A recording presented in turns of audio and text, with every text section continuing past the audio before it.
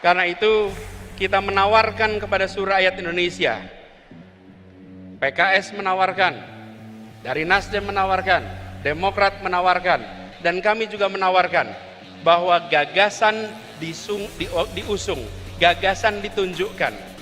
Karenanya kita mengharapkan kontestasi ke depan kita jadikan ajang adu tawaran gagasan yang terbaik untuk bangsa. Gini, kalau tantangannya adalah adu lari pagi keliling Indonesia, saya kalah dah. Tapi kalau tantangannya adalah adu gagasan, adu karya, adu rekam jejak, maka kita insya Allah nyatakan siap kepada semuanya.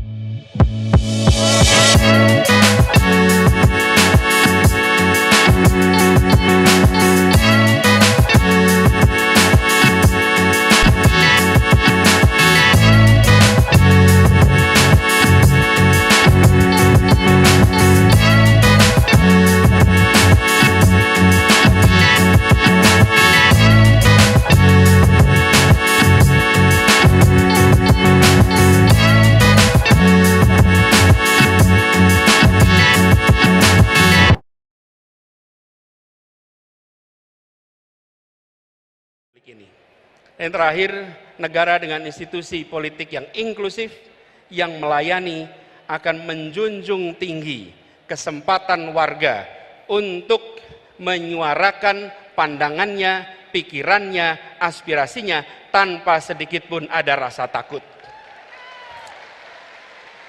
Negara yang inklusif adalah negara yang tidak baperan. Negara yang membuka ruang kepada kritik. Negara atau pemerintah memiliki kekuatan aparat, memiliki kekuatan anggaran, memiliki kekuatan media, memiliki bahkan kekuatan senjata. Yang dimiliki oleh rakyat adalah gagasan, aspirasi, dan kata-kata. Jangan sampai satu hal yang dimiliki oleh rakyat, kata-kata itu pun dilarang untuk diartikulasikan. Izinkan kata-kata rakyat bisa muncul ke permukaan. Karena itu bila saat ini ada pasal-pasal yang dikenakan kepada mereka yang mengungkapkan pendapat, maka ke depan kita perlu justru pasal-pasal dalam undang-undang kita, dalam peraturan kita yang secara tegas dan eksplisit melarang persekusi atas kebebasan berpendapat. Jadi saya juga mengalami ketika tugas di Jakarta. Ketika berada di pemerintahan, maka kita menjadi kotak pos alamat keluhan dan kritik. Dan itu harus diterima sebagai it comes with the job. Ini adalah bagian dari pekerjaan. Tidak perlu dituntut, tidak perlu diprosekusi, dan itu juga yang telah kita sama-sama laksanakan di Jakarta. Tidak ada satupun yang dilaporkan dan diprosekusi.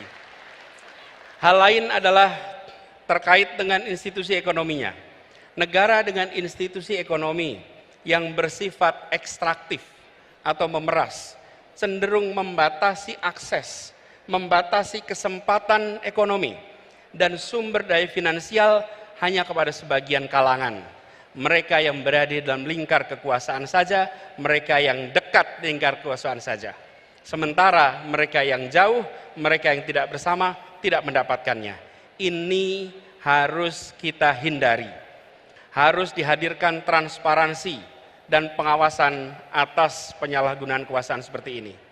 Dan tentu saja negara dengan institusi ekonomi yang bersifat melayani semua, sifatnya inklusif, adalah yang memberikan kesempatan terbuka, kesempatan yang lebar kepada semuanya.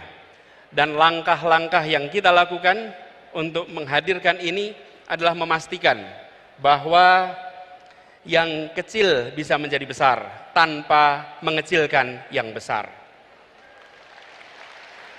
Semangatnya adalah seperti tadi disampaikan, bahwa membesarkan yang kecil tanpa mengecilkan yang besar.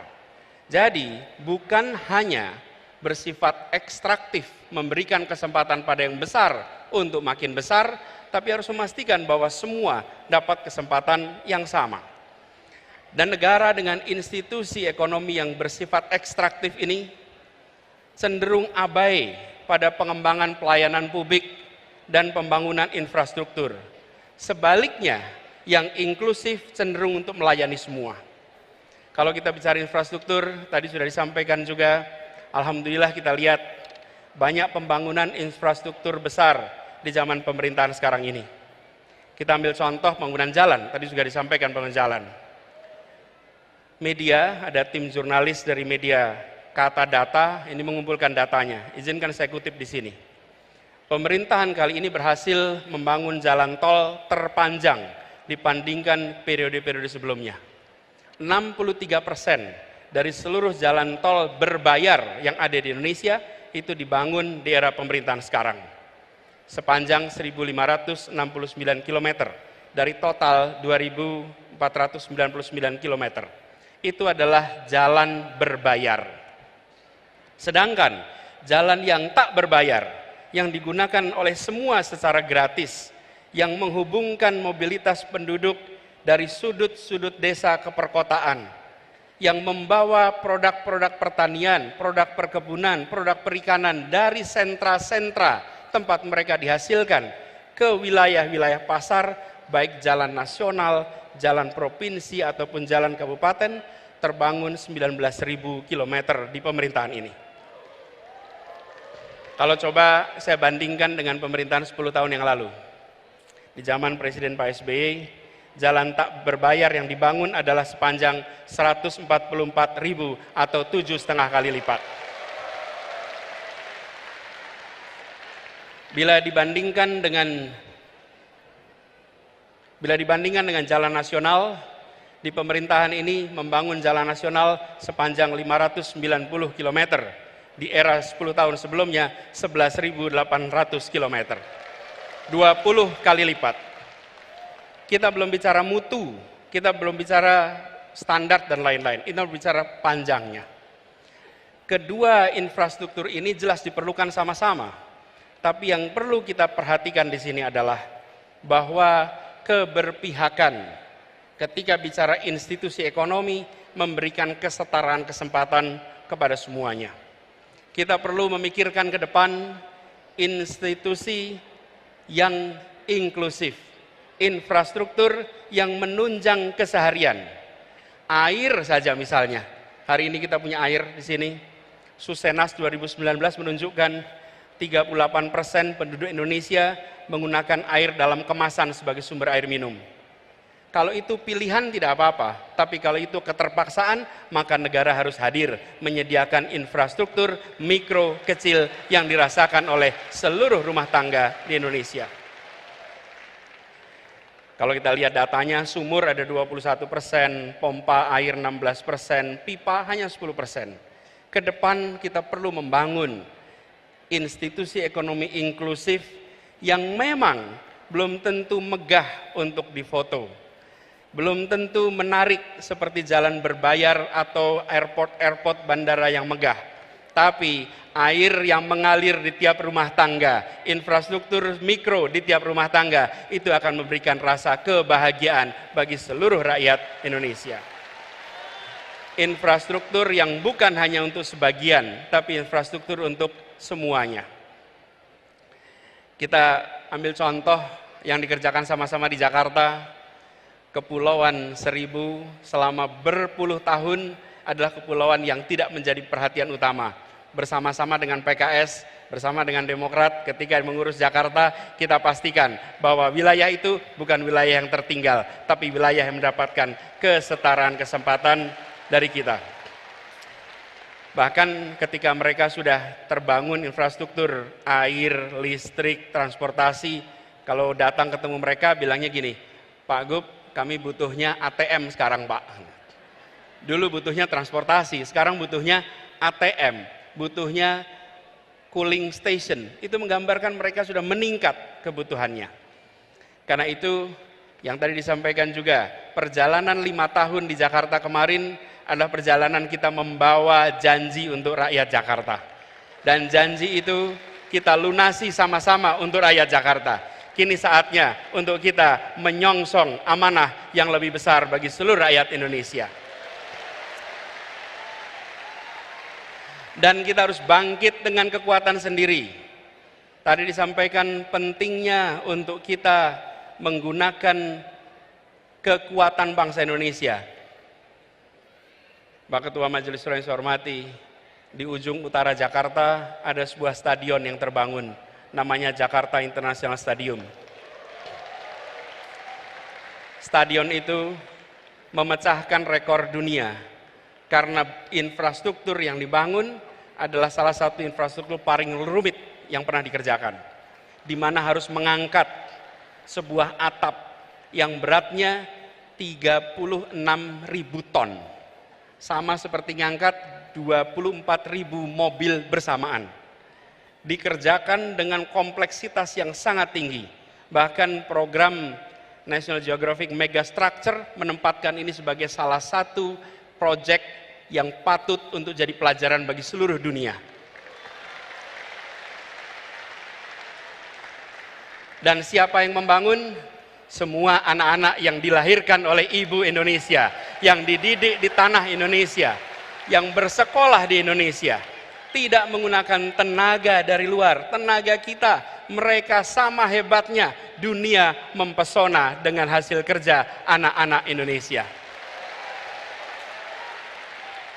Kita teruskan pesan ini ke depan, bahwa momen kebangkitan, momen ulang tahun ini harus kita jaga sebagai momen untuk kita berdikari, untuk kita bertekad memperjuangkan perubahan yang dalam pesan dari Ketua Majelis Suro tadi, bahwa perubahan yang kita lakukan adalah perubahan yang lengkap, di mana ada hal yang diteruskan, ada hal yang dikoreksi, ada hal yang ditambahkan, dan ada hal yang belum berhasil yang harus dihentikan. Itu adalah perubahan yang komprehensif. Karena itu kita menawarkan kepada seluruh rakyat Indonesia, PKS menawarkan, dari Nasdem menawarkan, Demokrat menawarkan, dan kami juga menawarkan bahwa gagasan diusung, gagasan ditunjukkan. Karenanya kita mengharapkan kontestasi ke depan kita jadikan ajang adu tawaran gagasan yang terbaik untuk bangsa. Gini, kalau tantangannya adalah adu lari pagi keliling Indonesia, saya kalah dah. Tapi kalau tantangannya adalah adu gagasan, adu karya, adu rekam jejak, maka kita insya Allah nyatakan siap kepada semuanya. Dan bersyukur sekali, perjuangan kita berkelanjutan. 5 tahun yang lalu, 6 tahun yang lalu kita berjalan bersama-sama untuk membawa perubahan di Jakarta. Dan alhamdulillah atas izin Allah, perjuangan di Jakarta telah berhasil melunasi janji-janji pada seluruh rakyat Jakarta. Apa yang disampaikan oleh Bapak Wakil Presiden, bahwa kita memiliki hutang, kita berhutang kepada rakyat yang memberikan amanat itu. Dan alhamdulillah perjalanan bersama dengan PKS kemarin, perjalanan persaudaraan, perjalanan saling support, dan Partai Demokrat menjadi contoh berdemokrasi. Begitu masuk kita ke fase putaran kedua, kita jalan sama-sama sampai ujung pemerintahan di Jakarta. Insya Allah kebahagiaan atas ikhtiar perjuangan di 2017 akan berulang di 2024 nanti. Dan kita harus ingat bahwa PKS sebagai partai umat, sebagai partai yang merepresentasikan aspirasi dari segmen terbesar bicara tentang unsur pemeluk agama. Terus kita harus menjadi yang mengayomi, yang mengambil porsi besar untuk perubahan bangsa ini. Seperti tadi diingatkan, innallaha la yughayyiru ma biqaumin hatta yughayyiru ma bi anfusihim. Insya Allah kita pegang kalimat itu, bahwa kita ajak umat ini untuk mendorong perubahan. Bila umat berubah, bangsa berubah. Bila umat maju, bangsa menjadi maju. Sebarkan semangat ini, sebarkan ketulusan, dan dipesankan tadi oleh Ketua Majelis Syuro, jaga keikhlasan. Insya Allah kita selalu dekatkan dengan keikhlasan. Bapak Ibu sekalian yang saya hormati, izinkan saya mengakhiri apa yang menjadi kewajiban bagi kami untuk menyampaikan pesan kebangkitan, pesan ulang tahun PKS dengan mengirimkan harapan kepada semua. Mari kita jaga perjalanan ke depan dengan menjaga persatuan, menjaga suasana kebersamaan. Persatuan Indonesia, tadi digarisbawahi, tidak mungkin bisa terjadi dalam ketimpangan. Persatuan Indonesia hanya bisa dijaga dalam suasana keadilan dan kesetaraan. Dengan keadilan kita punya persatuan, dengan kesetaraan kita punya persatuan. Mari kita pulang dari peringatan 21 tahun PKS, 115 tahun kebangkitan nasional dengan membawa pesan, kami hadir untuk menghadirkan keadilan sosial bagi seluruh rakyat Indonesia. Kami hadir untuk memastikan ada kesejahteraan bagi semua. Kami hadir untuk memastikan muncul persatuan bagi semuanya. Izinkan kami menutup dengan sebuah pantun. Pantun ya. Bangkit serempak satu tujuan. Mantapkan cita perjuangan bersama. Mari bersatu ciptakan perubahan. Wujudkan keadilan Indonesia sejahtera.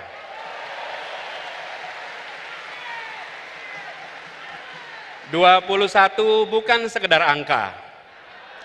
PKS bukan sekedar konsonan. Perjuangan dan kerja jadi bukti nyata. PKS terus menjadi partai idaman. Terima kasih. Kurang lebih mohon dimaafkan. Assalamualaikum warahmatullahi wabarakatuh.